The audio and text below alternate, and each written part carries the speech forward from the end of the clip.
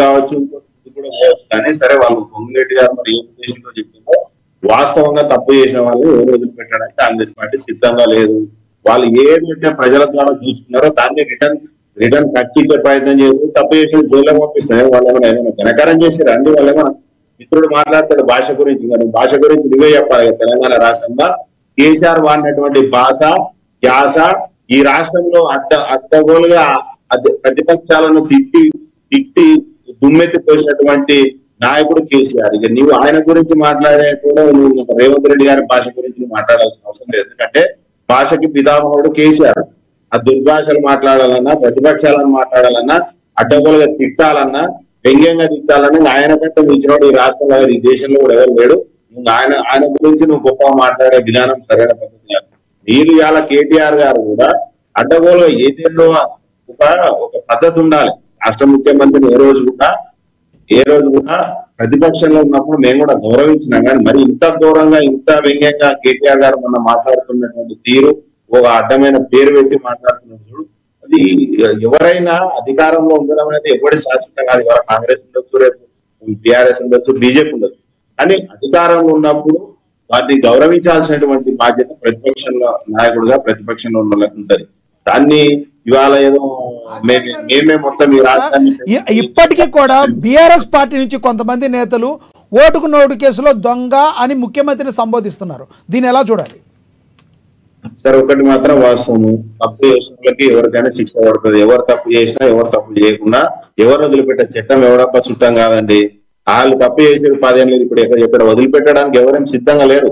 Congress party ఎక్కడ కూడా వెనక్కి పోతే ఎవరిని వదిలిపెట్టే సినిమా లేదు. ఎందుకంటే ప్రజల సొమ్ము దోచుకున్నాను మాకేం పట్టింది అండి వదిలిపెట్టడానికి. వాళ్ళు ఏమన్నా దేశ సేవ చేసిరా, ఏమన్నా రాష్ట్ర సేవ చేసిరా? దోచుకున్నారు ప్రజల సొమ్ము. అరే ఇలా జీతాలు కూడా ఇవ్వలేనటువంటి స్థాయికి దిగజార్చింది ఎవడు? అప్లపాలు చేసింది ఎవడు? ఎవడబ్బా సొమ్ము? ఇది ప్రజల సొమ్ము కాదా? లక్షల కోట్ల రూపాయలు రాష్ట్రాలు ఈయన దేశకి నేత అని చెప్పేసి 8 లక్షల కోట్ల రూపాయలు ఖర్చు పెట్టిండు. 65 సంవత్సరాలు కాంగ్రెస్ పార్టీ రాష్ట్రాన్ని దేశాన్ని పాలించిందండి. పార్టీ ఆఫీస్ కూడా అద్దె కట్టుకుంటున్నాం మేము. పార్టీ ఆఫీస్ లక్షల కోట్ల రూపాయలు పెట్టి విమానాలు ఉన్నారు 100 కోట్ల రూపాయలు పెట్టి. ఎవడబ్బా సొమ్ము? అది ఎక్కడి నుంచి వచ్చే? నీ ఆస్తి ఎంత? ఉద్యమాల్లో నీ ఎలక్షన్ అఫిడవిట్ లో నీ ఆస్తి ఎంత ఉంది? 2004లో ఇవాళ ఎంత ఉంది నీ ఆస్తి? ఈ పార్టీ ఫండ్ 600 కోట్లు ఎక్కడి నుంచి వస్తాయి? ఎవడబ్బా సొమ్ము వచ్చి ఏం చేస్తుంది? ఏం రాజకీయం అంటే ఏమైనా వ్యాపారమా? ఎట్లా వస్తుంది ఒక రాజకీయ పార్టీకి 600 కోట్ల రూపాయలు? ఎవరిని దోసుకుంటూ వస్తుంది? ఎంతమందిని దోస్తూ వస్తుంది? ఈ రాష్ట్ర ప్రజలు ఈ రాష్ట్ర సొమ్ముని రాష్ట్రంలో ఉన్నటువంటి వనరులను దోచుకున్నారు కాబట్టి ఇవాళ నీ పార్టీ ఫండ్ 600 కోట్ల రూపాయలు ఉంది. ఏం వ్యాపారం చేసినావా? రాజకీయ పార్టీకి వ్యాపారం ఉంటుందా? ఎక్కడి నుంచి వస్తాయి 100 కోట్ల రూపాయలు? 65 ఏళ్ళు పాలించిన కాంగ్రెస్ పార్టీకి అద్దె భవనంలో ఉంటున్నామండి. మీరేందండి 10 ఏళ్లకేమో 100 కోట్ల రూపాయలు, లక్షల కోట్ల రూపాయలు స్కామ్ చేసి 7 లక్షల కోట్ల రూపాయలు దోసుకొని రాష్ట్రాన్ని అప్పుల పాలు చేసి నువ్వే చెప్పాలి. స్కామ్ల గురించి, దోచుకునే దాని గురించి దేశమంతా తెలుసు. చిన్న పిల్లలు చెప్తారు కాంగ్రెస్ అంటే స్కామ్రెస్ అని. దేశమంతా తెలుసు. ఈ 60 సంవత్సరాల్లో దేశాన్ని దోచుకుందని చెప్పి ఒక్కొక్కటి ఇటును 2004 నుంచి 2014 వరకు 2G స్కామ్లు చేసిందే మీరు. 1 లక్ష కోట్ల రూపాయలు స్కామ్ చేసింది మీరు.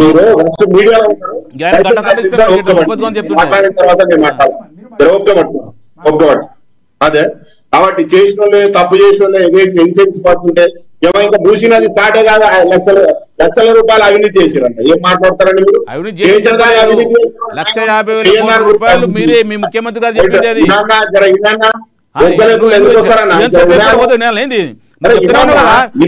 స్కామ్ అయిందని చెప్పలేదు. స్కామ్ కావడానికి ఆస్కారం ఉందని చెప్పినావు.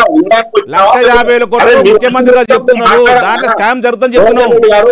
నీకు అవకాశం వచ్చి నువ్వు మాట్లాడాల్సినటువంటి బాధ్యత ఒక పార్టీ ప్రతినిధిగా నీకుంది. తన ఓపికతో వినాలి. అంతేగాని ఇంకా ఎవరి పడితే వాళ్ళ మాట్లాడతాం. పాపం బీజేపీ బయటకు వెళ్ళిపోయే పరిస్థితి తీసుకొచ్చింది. టెక్నికల్ ఇష్యూ వచ్చింది. మీకు అవకాశం టెక్నికల్ ఇష్యూ వచ్చి ఆగింది. ఓకే, మీరు అంటే ఒక విషయాన్ని క్లుప్తంగా ఆ వర్షంలో ప్రజలకు చెప్పినటువంటి అన్యాయం నేను చెప్తున్నా. ఇక్కడ ఏమన్నా టీఆర్ఎస్ పార్టీతో కాంగ్రెస్ పార్టీతో కొన్ని అన్యాయం నేను చెప్తున్నాడా? ప్రజలకు ఏం జరిగింది? మీరు 10 ఏళ్ళు ఏం చేస్తుంది అదే అని చెప్పేది. గొర్రెల స్కామ్ 600 కోట్ల రూపాయలు స్కామ్ చేసింది చెప్పేది కాంగ్రెస్ పార్టీ చెప్తుందా? తాగు నివేదిక ఇచ్చేదండి. ట్రాన్స్పోర్ట్ చేస్తామని పెట్టి ఆచార్య గారు షార్ట్ టైం మీకు మీ దగ్గరికి వస్తా మీరు కంక్లూడ్ చేద్దరు కానీ ఆగండి. ఈ లోపు మనకు గోవర్ధన్ రెడ్డి గారు కంక్లూడ్ చేస్తారు. చారి గారు మాట్లాడి కంక్లూడ్ చేయండి సార్. మీరు రియాక్ట్ అయ్యి ఇప్పుడు ఒకటే కానీ అందరూ ఏమిటంటే కుంభకోణం జరిగింది, కుంభకోణం చేస్తే ఒక భూతపదం అయిపోయింది. ఆ గతంలో కాంగ్రెస్ పార్టీ ప్రతిపక్షాలు ఉన్నప్పుడు కాళేశ్వరం 1,00,000 కోట్ల కుంభకోణం జరిగింది. అసలు ఖర్చు పెట్టింది 90,000 కోట్ల రూపాయలు, 86,000 కోట్ల రూపాయలు. దాంట్లో 1,00,000 కోట్ల రూపాయలు సరే ఎట్లా సార్? కాదు సార్, కుంభకోణం జరిగిందో లేదో పక్కన పెట్టిన అసలు ప్రజాసొమ్ముతో కట్టిన మేడిగడ్డ బ్యారేజ్ కుంగుబాటికి మీరు రెస్పాన్సిబిలిటీ. అరే గతంలో కాళేశ్వరం మన సాగర్ కూడా కుంగిపోయిందండి. అడిగిన దానికి నేను చెప్పింది అదే. ఒకసారి ఒక పెద్ద ప్రాజెక్ట్ కట్టినప్పుడు ఒక్కొక్కసారి కుంగిపోతుంటాయి. దాన్ని కూడా పెద్ద రాజంత చేసేట్లా సాగర్ 4 సార్లు కూలిపోయింది. వాళ్ళు కట్టే ప్రాజెక్ట్ కడియం ప్రాజెక్ట్ కూలిపోయింది. అనేక ప్రాజెక్ట్ కూలిపోతుంటాయి. అదే కూలిపోవాలని కడతారా? అప్పుడు కాంగ్రెస్ కట్టినా, లేదా ఇంజనీర్లు కట్టినా, లేదా ఇప్పుడు బీఆర్ఎస్ కట్టినా, రేపొద్దున ఇప్పుడు కాంగ్రెస్ పార్టీ అధికారులు వాళ్ళు కట్టినా కూడా ఎవరు ఏ ప్రాజెక్ట్ కుంగిపోవాలని కట్టరు. కొన్ని సందర్భాల్లో కొన్ని కింద ఇసుక పోయింది, ఎక్కువ వరద వచ్చిన 2020లో సీరియస్ కమెంట్ చేశారు కేసీఆర్ గారు. కేంద్ర కమిటీ వాటర్ వర్క్ సంబంధించిన వాళ్ళు వచ్చి చూసిర్రు. కట్టిన దానికంటే ఎక్కువ 24% సామర్థ్యం ఎక్కువ ఉందని చెప్పి ఆ కట్టడంలో ఎలాంటి లోటు లేదని చెప్పిన సర్టిఫికేట్ కూడా జరిగింది. కింద ఇసుక పోయింది, కొంత 2 పిల్లలు కుంగిపోయినాయి. అది కూడా మేము మంచి పని చెప్తున్నాం. అది కూడా బాధ్యత రహితమే. ఖచ్చితంగా దానికి సంబంధించిన కాంట్రాక్టర్ మీకు ఖచ్చితంగా చేయాల్సిన బాధ్యత అని చెప్పడం జరిగింది. దాన్ని చేస్తారు, రిపేర్ చేస్తారు. కావాలని తెలంగాణ ప్రజలను పక్కదో పట్టించడం కొరకు కాళేశ్వరం సంకనాకిపోయింది, మేడిగడ్డ ఇది అయింది అదైందని చెప్పేసి ప్రజలను తప్పుదో పట్టించి మీ ఓట్లు దండుకురు. ఈ రోజు గెలిస్తే ప్రజలతో ప్రభుత్వాన్ని స్థాపించి ఫామ్ హౌస్ లో ఉంటామన్నారు. నిజంగానే కేసీఆర్ గారు రావడం లేదు బయటికి. ఎందుకు రారండి? ఉన్నాడు కదా. ఇప్పుడు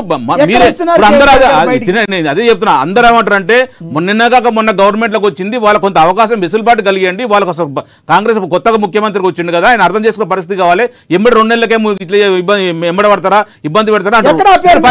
హరీష్ రావు గారి దగ్గర నుంచి, కేటీఆర్ దగ్గర నుంచి డే 1 నుంచి మీ ప్రభుత్వం కూలిపోద్ది అంటూనే ఉన్నారు కదా. మరి ఇప్పుడు అదే అంటారు కదా. ఇప్పుడు ముఖ్యమంత్రి ఇప్పుడు కేసీఆర్ రాలేదని మళ్ళీ నువ్వే అంటావు.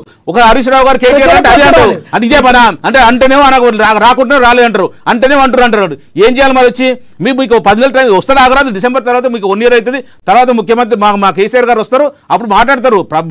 మీ అవినీతి గురించి కానీ, మీరు చేసిన అవకతవకల గురించి కానీ ఖచ్చితంగా మాట్లాడతారు. రాకుండా ఎక్కడ పోతారు? మీకు కొద్దిగా వెసులుబాటు టైం ఇవ్వాలని చెప్పి ఇస్తున్నాం. 10 నెలలు కాదు, 11 నెలలు, సంవత్సరం టైం ఇచ్చిన తర్వాత కంపల్సరీ కేసీఆర్ గారు బయటకు వస్తారు, మాట్లాడతారు. అప్పటిదాకా హరీష్ రావు గారు, కేటీఆర్ గారు మాట్లాడుతున్నారు. అసెంబ్లీలో మాట్లాడుతారు, బయట మాట్లాడుతారు. 100% ఎందుకు రాకుండా ఎందుకు పోతారు? ఎక్కడ పోతారు? 100% వస్తాడు.